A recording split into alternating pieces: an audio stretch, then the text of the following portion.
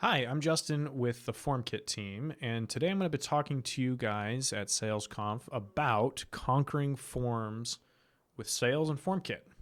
Let's get started. So, I am the creator of an open source project called FormKit, but in addition to that, I'm a founder at a small agency called Braid. I created an open source project called Arrow.js as well, which is like a small 2 kilobyte lightweight alternative to Vue and React and those kinds of things.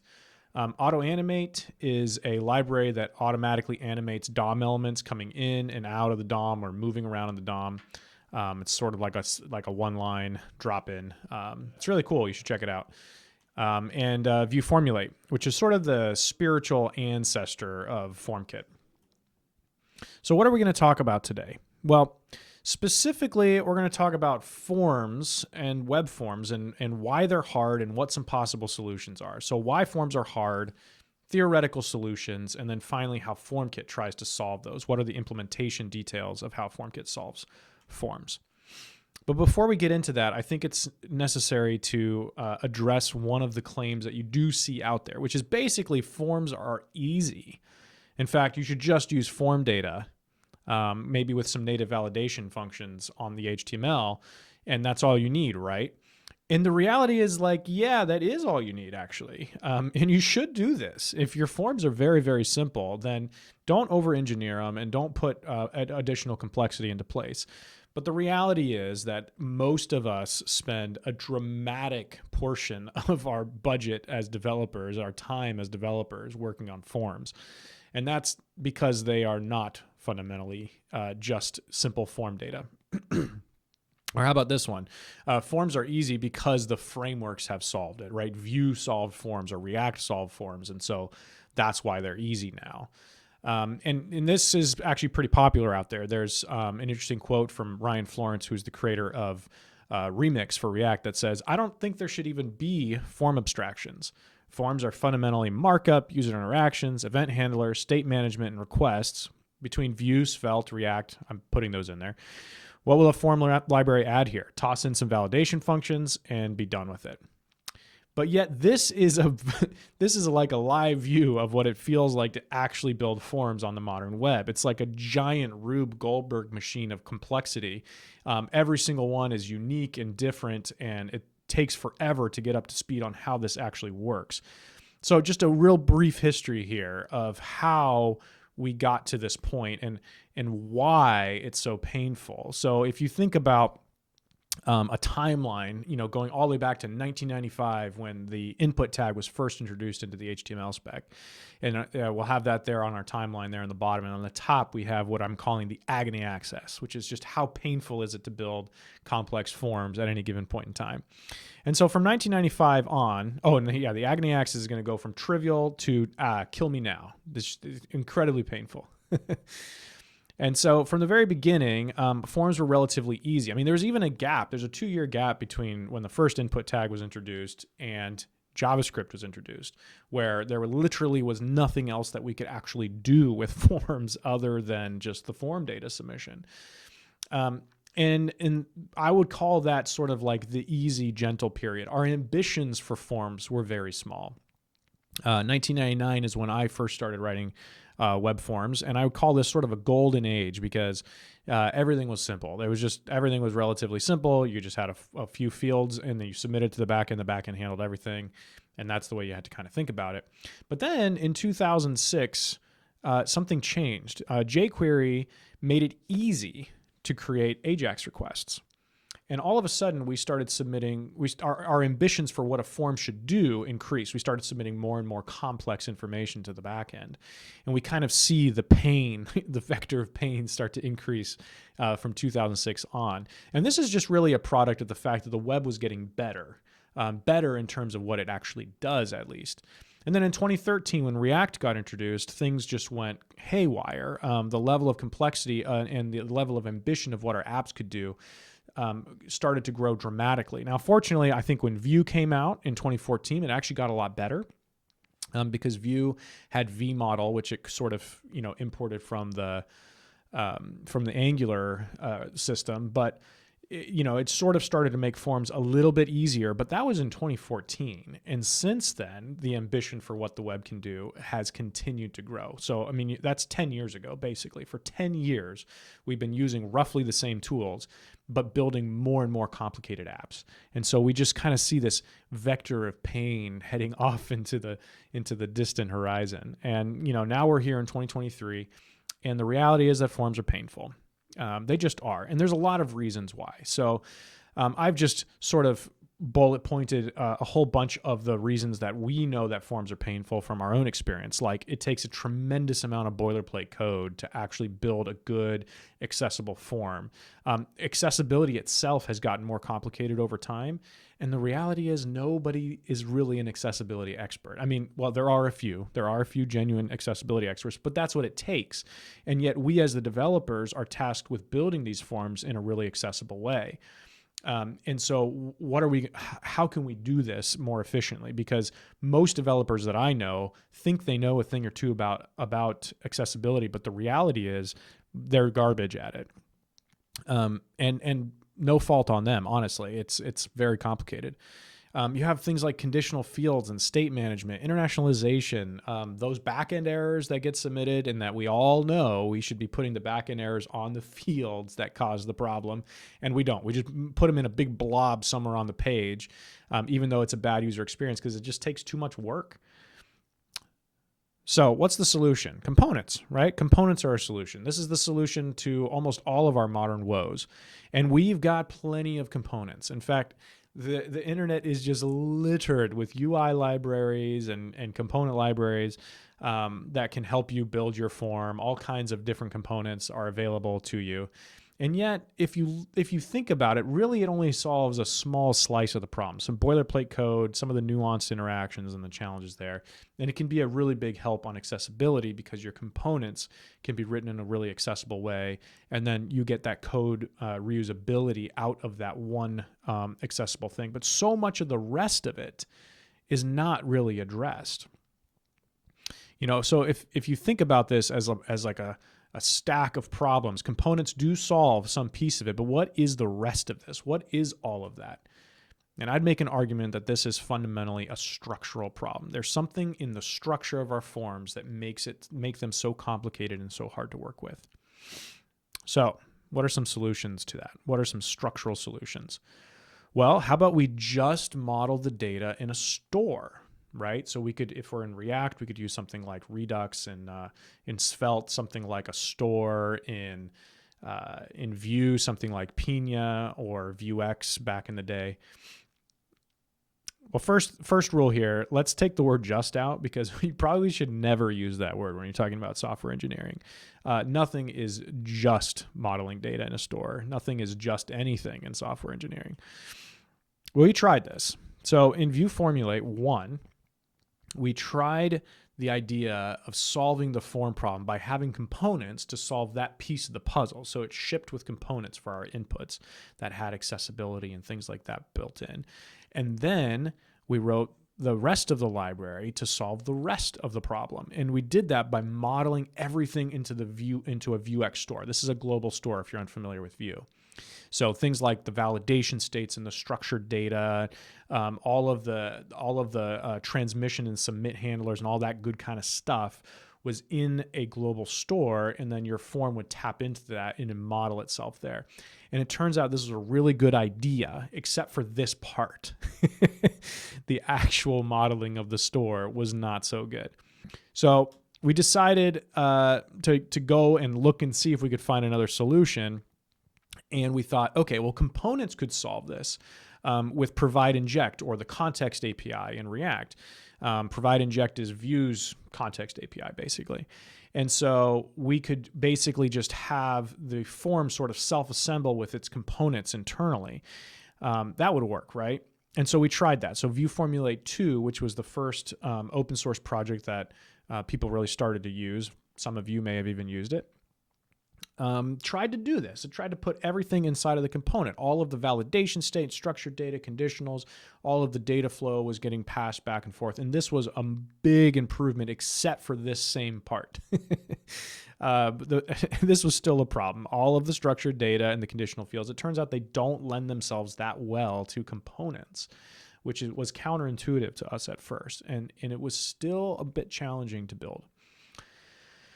And then in 2020, something happened. And you're thinking the pandemic, but actually it was this guy. Evan Yu created Vue 3 and released it. And because we had baked so much into the component model of Vue Formulate, it required us to rewrite Vue Formulate. And so we decided to do that and create FormKit. But when we were sitting down trying to understand what are the problem areas in forms, we just banged our head against the wall. And it was just so obvious. Like why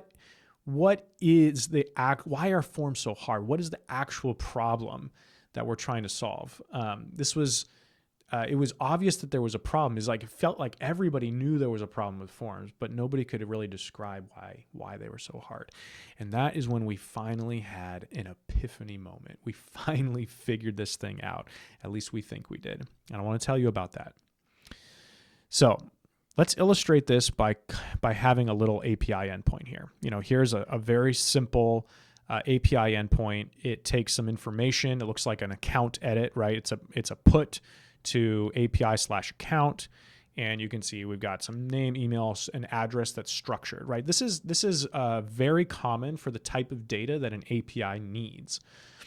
And the form that would represent this might look something like this, right? This is just a simple account update page. It's got some personal information, some notification settings. And one problem of the form here is that it does take a ridiculous amount of actual HTML code. This is not even to talk about the JavaScript, just HTML code in order to make this form and do it in a good, accessible way and have it styled and everything else. That's a pain point. Components do solve that. So, if we were to write this with FormKit or another component library, you can get this, much more streamlined, and components solve that. But the real unlock here is, how can your form produce the right data? How do we do that without a tremendous amount of effort? Well, let's think about it from the component tree aspect. So at the top, you have a form component. And then underneath, you have a couple more components: personal details, notification settings. And then underneath that, you've got a couple more. You've got maybe some layout, and then maybe an address component. And underneath the layout, you've got a couple of inputs. And underneath the address, you've got a couple of inputs. And under the notification settings, you've got an input. And then you've got a list, which is going to have a couple of structured inputs underneath it as well. And this basically is a model of what we just saw on the last page, a form for updating an account, but from the view of the component model. Okay, now as a reminder, this is the data that we're trying to produce out of this. And as you'll see, it actually lines up really closely. We're not far off. So the form is sort of like this outer wrapper, right? It's holding all of the information inside of it. And then inside of that, we have the name, and then we've got an email input. And now this address component needs to add some sort of grouping capability in order for the things underneath it to be nested, but it's there, and it contributes itself as an object, and then it has children underneath, the city and the street. And then the notification settings are operating very similar. There's some sort of a group that have things underneath it, just like the component tree. And here we've got, maybe like that checkbox for disable all notifications, and then a list, which would be an array, a zero-based indexed array of the items that are underneath it. And that lines up perfectly with an array in the data model. And so you can see how this tree lines up very similarly to the data that we need out of it. But there's something. What is going on right here? Those items are not part of our data model. Now, this might seem like a no big deal, but fundamentally, this is why forms are hard.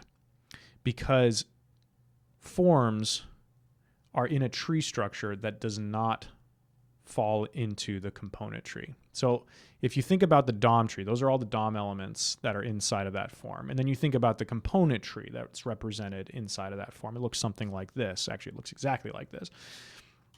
And then we have the form tree, and it's different. Forms are fundamentally their own distinct trees, data trees.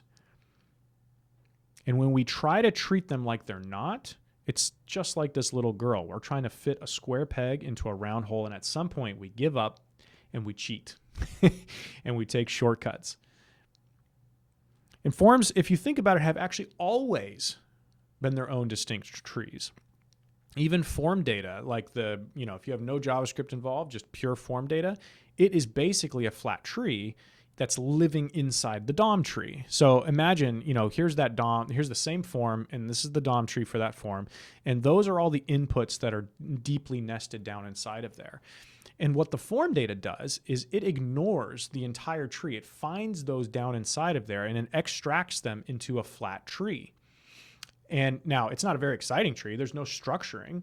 And that's the problem with form data. There's a lot of limitations. You can't structure data. The keys aren't unique. There's, the native validation UX is awful right now. You can't really impact the behavior of individual inputs. Like you can't, add anything to them, add masking. You can't communicate from one input to another. There's a lot of problems with form data. But it is fundamentally a tree, a flat tree that lives inside of another one. And so that is the philosophy and the theory by which we created FormKit, was to solve the forms at a very fundamental level. That's why we call it a form building framework, because it allows you to basically go from zero to a fully functional form and have everything that you need inside of the same framework, all your validation and everything else. And importantly, it's just not a UI library. Yes, we do ship components, but that's only a tiny part of the problem stack that we're trying to solve. So what does FormKit actually do? And how does it solve that tree problem? Well, okay. First of all, you just use FormKit by typing FormKit. It's a Vue library, if you haven't caught on to that yet. For now, we probably will ship. We'll probably ship other ones in the future. But here we have a FormKit type text, and what this does under the hood is really important. It creates a node. It calls this little function called create node, and a node appears. What's a node? Well, it's just one of the nodes inside of the tree. It's a representation of the input. And you can say type text area, another node's created. But then it gets interesting when you have something like a form, because that automatically self-assembles the inputs that are inside of it underneath itself. This automatic tree assembly. And importantly, it doesn't matter how many layers of depth are in between the form and those inputs. That input could be nested in 100 components, and it would still self-assemble itself with the top-level form. And by doing that, we are able to create a distinct tree from the rest of the graph, so your top-level form can communicate directly with that text area and vice versa. But it's not limited just there. You can put groups inside of here, and those will self-assemble as well. And then you can throw some inputs underneath that group. And maybe you can create something like a list even, which is basically an array. And then you can put items underneath there. And pretty soon you've created your own tree structure, which is not a DOM tree and it's not a component tree. It's a form tree. And it looks something like this. Now that looks scary and complicated, but if you think about it, this is actually the exact model that you would have for something like a blog post. Here we've got a title and a post, which would be the text, and then some meta structure that goes underneath that, and some tags and whatnot. That is a perfect model that we just described as the form tree, and it really has very little to do with the component tree itself. Now, these lines that connect something in graph theory, we would call those edges. And the edges are what's so powerful because they get to be basically transporters. They're like highways for information. They carry the values up and down the tree. They have a validation state, bounce, debounce state, touch states, all kinds of information that you need about your form is all being transported there, as well as things like backend errors. It's very easy in FormKit from the top of your form to be able to place errors on any input down inside your form because these edges act as transporters. So, how does it work? Well, fundamentally, there's one component, and we did that intentionally as a way to try to smooth out some of the inconsistencies in HTML. So in this case here, we've got a form kit, and that is roughly equivalent to just like an input tag in HTML. And just like you can say like input type checkbox, you can say FormKit type checkbox. And you can do this with everything, even things that aren't input tags in HTML. So here you have, like a select, and you can just have FormKit type select, and that kind of helps smooth out those inconsistencies. But then you can kind of turbocharge this a little bit. So in this case, we've got a checkbox and we're adding a label to it, which obviously is not supported in native HTML. You'd have to create those elements yourself. And importantly, you would need to semantically link them with some sort of ID and a for attribute, or nest them or something like that in order to get proper accessibility. This all just happens automatically, of course. And then you can just pass it some options. Now you have a multi-checkbox.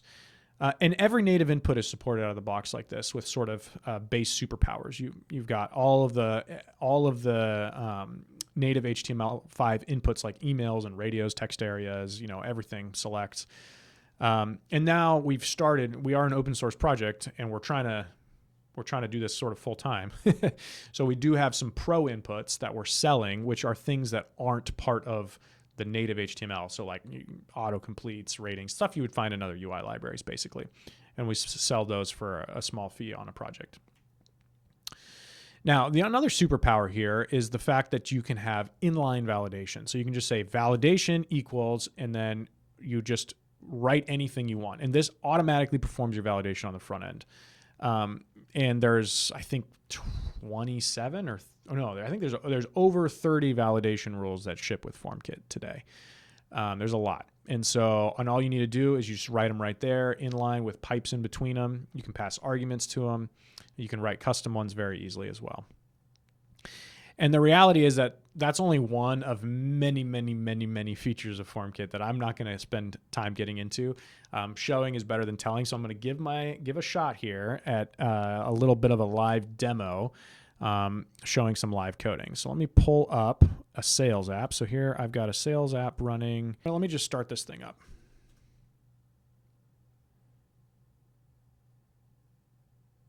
Okay. And I'll pull it up over here, and here we go. We're going to create a registration form for Sailsconf 2024. Now, on the sales side of things, under the API, I have just made an incredibly simple little model here. Only 2 of the attributes in my form am I actually trying to store, and you can see those are strings. And then in my controller, I have this post controller, and I'm also just using those 2 inputs and then creating an attendee. And I'm not going to go too in depth on that side of things. You guys already know how to use Sails. So I'm going to be showing you sort of what's happening on the FormKit side.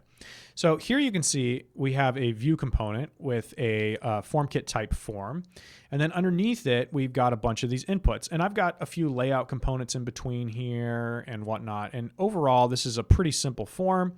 You can see here we've got some workshops next year that they're going to charge a lot of money for. And there's even a couples massage with Mike McNeil for $5,000. Pretty nice. Pretty nice. I'll definitely be bidding on that. And then the price here is basically just summing up the value of these things in the form. So let's pull this guy up and see what it actually looks like. Okay, so this is a very simple form, as you can see here. And I've got just, all of these fields inside of here. And you can see that as I'm blurring, it's automatically asking or performing validation for me and asking for the validation state. And what's really neat about it is if you're a Vue user, you know that most forms, people put V models all over here. They'll V model this and they'll V model every single input. But notice that we're not doing that at all. And the reason is that this form is collecting the entire value of the form up inside of it. So if you take a look here at this value, I can just uncomment this and we can actually see the value being output. And as I type, you can see all the values of my form are automatically flowing up to the top. Now, I did something on purpose here. I did not put email on this validation rule. So you can see the email right now is only required. Now I could change that and I could say I also want it to validate for email, but I intentionally left that off. And that's because you should always have back-end validation as well as front-end validation, right? And right now this is only doing front-end validation. Sales does a great job of providing back-end validation. But there's a problem, of course. Getting that back-end validation to actually go onto your form elements is generally a pain. So here you can see that when you submit, it's going to call this function, which is a submit handler. And right here, all the values of my form are going to automatically flow inside of there. And then I'm going to perform a fetch request to my register endpoint. And if there's a problem on my registration, I'm going to automatically say form set errors. Form is an object that's passed into my handler. Form set errors. And then this is what we call a form error. That's something that's going to be placed right by the submit button. And then here is data.errors. And I'll show you the shape of that. But basically, it's just a key value pair of errors and their respective fields. And so now what's going to happen when I click this button, purchase, you can see this came from the backend. Value was not a valid email address. And it was placed directly on the input that caused the offense. And if you want to look here, let me make this a little bit bigger for everybody. So I'm going to click that button again. And here you can see the errors object. I've manually modified this just a little bit with a bad request response where I go through the validation that sales is giving, and I just pull out the field names and I put them in a key structure like this. Not very hard to do. So here you can see that the email produced this error. And then when we give that to FormKit, it automatically, because it's its own self-organized tree, is able to find which field inside of there errors or email is, and then it places the error directly on there. And it even does some of those nuanced interactions. Like if I were to come in here and start typing again, you can see that my error message that was provided by the backend automatically went away, because you don't want people to type something in and still see the error message. That's just sort of a best practice.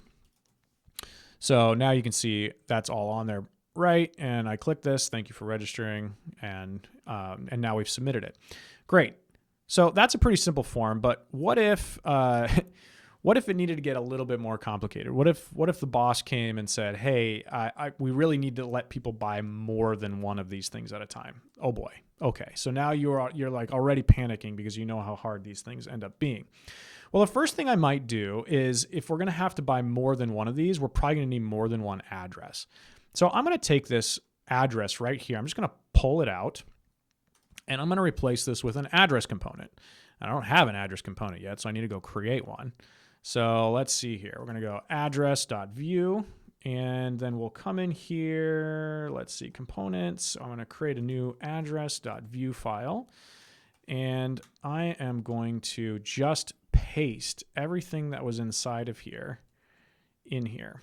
Now the FormKit component is globally registered already, but we do need to import our layout quad. Layout quad from, and where did I put that? It's in layouts, layout quad.view. Okay. And now you can see, okay, we've done nothing. Oh, the countries here, I want to import that. Import countries from, and then where were the countries? Back one directory, right back here. Okay, so that actually should be the same import from countries. Yep, there they are. Okay. All right, so now we've basically recreated our countries here. We don't need them from here anymore. We don't need layout quad anymore.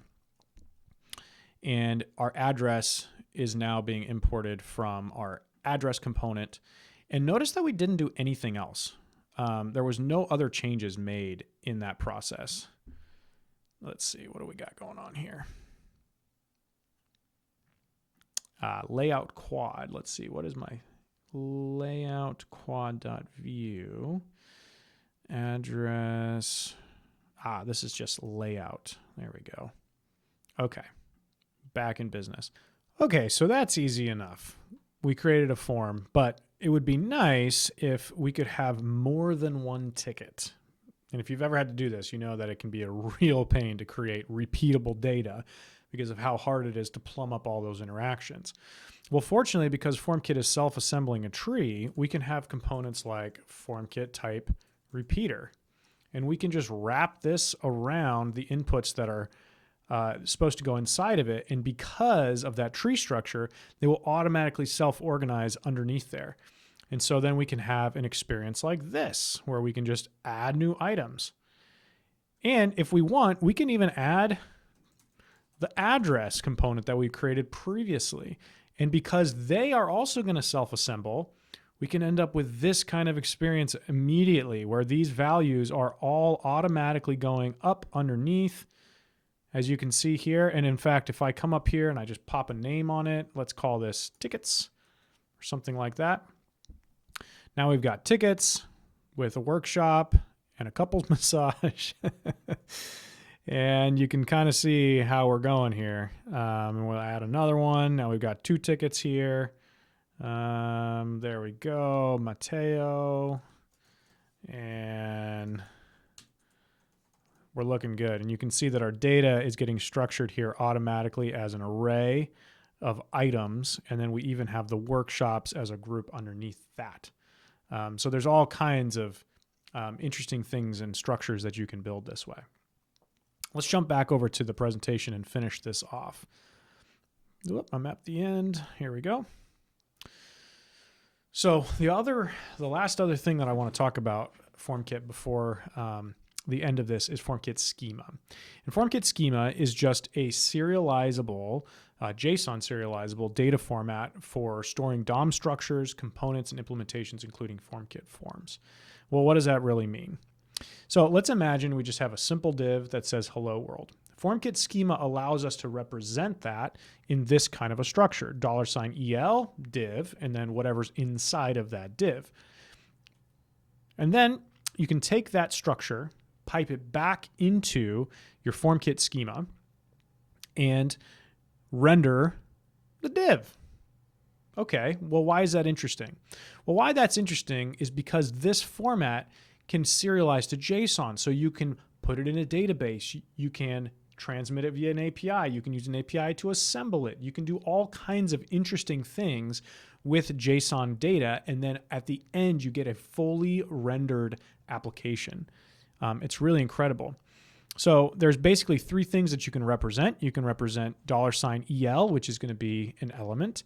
You can have $CMP, which would be a component, and you can pass props to it just like you would in a template. And then you can have $FormKit, which is just a shorthand to let you write FormKit inputs really easily using this. So what makes it the most useful, though, is this idea of expressions. And expressions allow you to basically have almost a Turing-complete computing environment inside of your JSON. So for example, you can do things like Boolean logic, arithmetic, function calls, conditional rendering slots, and lots of other stuff. And I'd love to spend a lot more time talking to you about this, but we'll just show it to you real briefly and then wrap it up. Demo time. I'm going to pull up the FormKit playground here. And as you can see here, we've got some schema on this side over here. It's just an array of items, and that's what's actually rendering our form. So here we've got the FormKit form, and then inside of it we have a number input. And you can see here we go. We got a boring little number input. But then our task here is to add the price here. Well, just like in the form that we were seeing in Sails, where you can destructure the value of any FormKit input out of it, you can do the same here. It's automatically done. And in order to tell the little compiler, there's a little runtime compiler. We're not using eval or any of that kind of magic. We have an actual little runtime compiler that builds these expressions up. So in order to tell it to trigger, you just start your expression with $, and then you say value, for example. Now that's going to output the entire value of the form. You can see it's an object here. So we're going to want to get the quantity. So all we need to do is say, .quantity.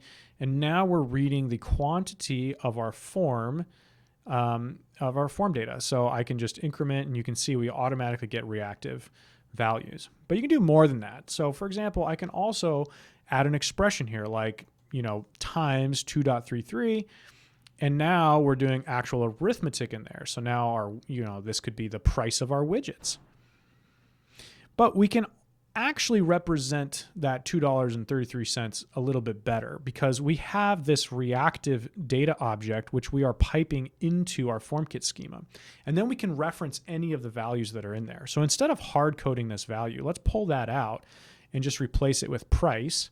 And then we'll come down here and we'll just add a price to our reactive object. And now you can see that we are actually pulling this value dynamically. Now I've added a function here. So here's a little function that is the dollar formatter, and we're also passing that through. And it turns out you can call functions here too. So I'm going to just say dollars, and I'm going to pass in the result of that expression. And as you'll see here, now we're automatically generating a reactive value with formatting, with a call inside of there, and it's all serializable into this JSON format that you could ship over the wire.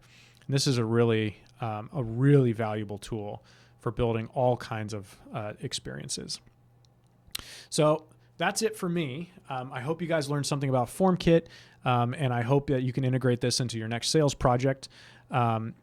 You can check out the docs, formkit.com. You can follow me on Twitter. I tweet about forms and web stuff pretty much exclusively at JP Schroeder. And you can follow the FormKit team at useFormKit. And one other shout out, if you are a Vue.js developer and have any familiarity with Vue School, they actually produced a whole course on FormKit, which is a great way to get started. So you can find that at vueschool.io. All right. Thank you very much.